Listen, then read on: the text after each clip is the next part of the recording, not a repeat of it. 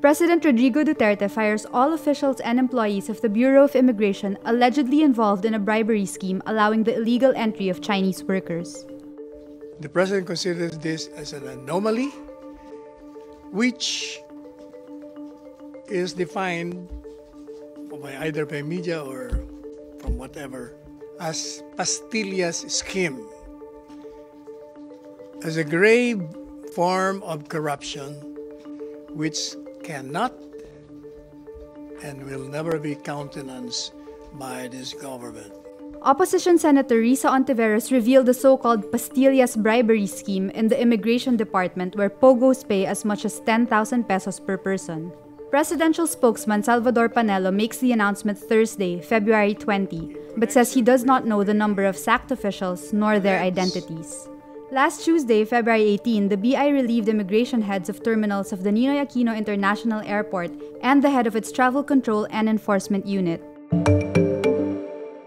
House Speaker Alan Peter Cayetano says the House is likely to delay hearings on ABS-CBN's franchise renewal until May or August, even if the media network's franchise is already expiring on March 30.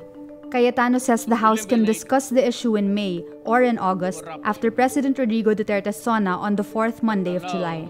If the bill renewing ABS-CBN's franchise is not signed into law, the media giant will have to close down its radio and television operations.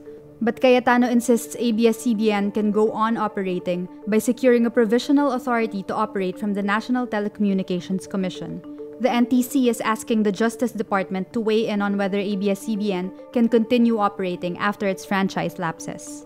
There's also a quo warranto petition filed by Solicitor General Jose Calida pending before the Supreme Court, which seeks to void ABS-CBN's franchise. Justice Secretary Menardo Guevarra says the killing of suspended prison's legal chief Frederick Santos was very likely related to the good conduct time allowance controversy. Guevarra also orders a probe into the killing. Santos, who is serving a 6-month suspension, was shot dead Wednesday afternoon, February 19, in front of his daughter's school in Muntinlupa City. Senator Richard Gordon, chair of the Blue Ribbon Committee that led the hearings into the GCTA mess last year, says, quote, "This is not a small case. I hope we will not treat this as another statistic." Santos testified before the Senate that then BuCor chief Nicanor Faeldon was fully aware he needed approval when he released inmates sentenced to reclusion perpetua without the department's go signal. Santos later retracted his statement.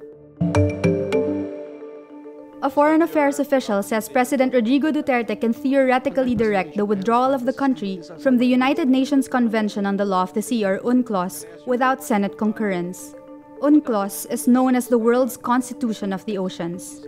Foreign Affairs Assistant Secretary Igor Bailen makes the statement Thursday, February 20, in a Senate hearing following Duterte's order to terminate the Visiting Forces Agreement with the United States.